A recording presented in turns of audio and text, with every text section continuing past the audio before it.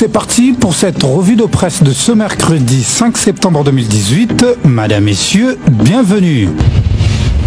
Ouvrons cette revue par la prospérité qui titre à sa une présidentielle 2018, Gizenga Emoka éliminé de la course. Au total, 21 candidats sont ceux qui prendront part à la prochaine élection présidentielle du 23 décembre prochain. Sur le 25 candidats dont les dossiers ont été reçus par la Commission électorale nationale indépendante, à en croire le verdict devenu irrévocable rendu hier dans la soirée par la Cour constitutionnelle, où juste 4 des 6 candidats qui ont été lésés par la sentence de la CENI sont écartés définitivement de la course.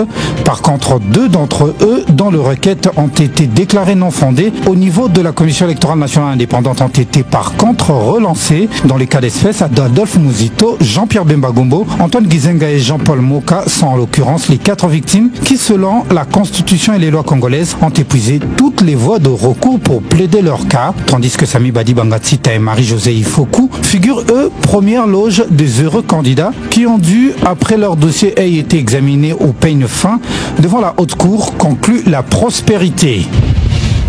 À l'issue des audiences du lundi 3 août et mardi 4 août dernier, la Cour constitutionnelle du Congo-Kinshasa a dû statuer sur tous les contentieux en matière de candidature à l'élection présidentielle du 23 décembre 2018. Ces décisions irrévocables de la haute cour du pays seront mises en œuvre par la Commission électorale indépendante lors de la publication de listes définitives pour les candidats retenus à la présidentielle jumelée aux législatives du 23 décembre 2018, fait savoir notre consoeur. Le vrai modérateur titre en sa 5e page, Nanga confirme l'utilisation de la machine à voter. Le président de la Commission électorale nationale indépendante a circonscrit l'objet de la visite de la délégation qu'il conduit en Corée du Sud et la présence de cadres de la centrale électorale congolaise dans les cadres de la production à grande échelle et de déploiement de la machine à voter.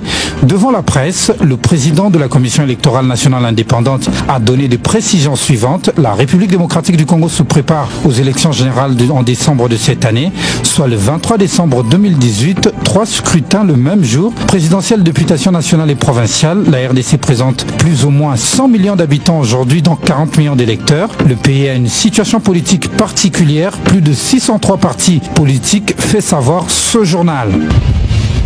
Le pays a reçu 25 candidats présidents. Pour 500 sièges à l'Assemblée nationale, près de 16 000 candidats se sont présentés. Sur 780 sièges, nous avons eu à enregistrer près de 20 000 candidats députés provinciaux. Les élections s'organiseront en décembre avec l'usage de la machine à voter qui est produite en Corée du Sud, fait savoir ce tabloïd.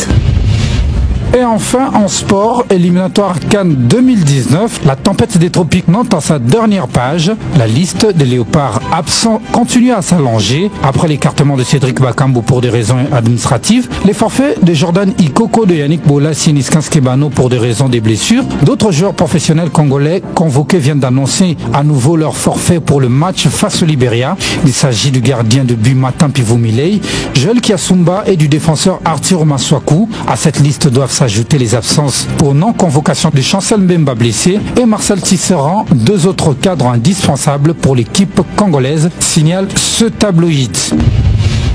En des termes simples, Florent Ibenge va devoir composer pour les circonstances une équipe de Léopard New Look avec l'ajout du 109, surtout des joueurs locaux afin de pallier cette absence des cadres notoires pour sa formation habituelle, conclut la tempête des tropiques.